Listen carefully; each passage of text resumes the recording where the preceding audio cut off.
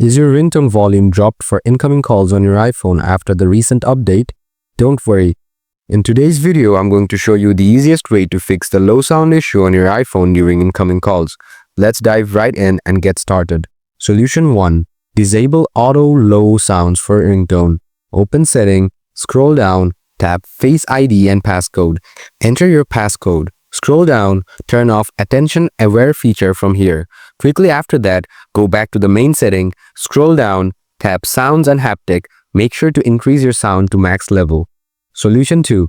Turn off mono audio for ringtone. Open Setting, scroll down, tap Accessibility. Scroll down, tap Audio and Visual. From here, turn off mono audio and scroll down to button. Make sure to set this rounds bar in the middle. Now, restart your iPhone. Once it's rebooted, your issue should be completely resolved. However, if you're still facing any problems, feel free to let me know in the comments. I'll help you out. Thanks for watching.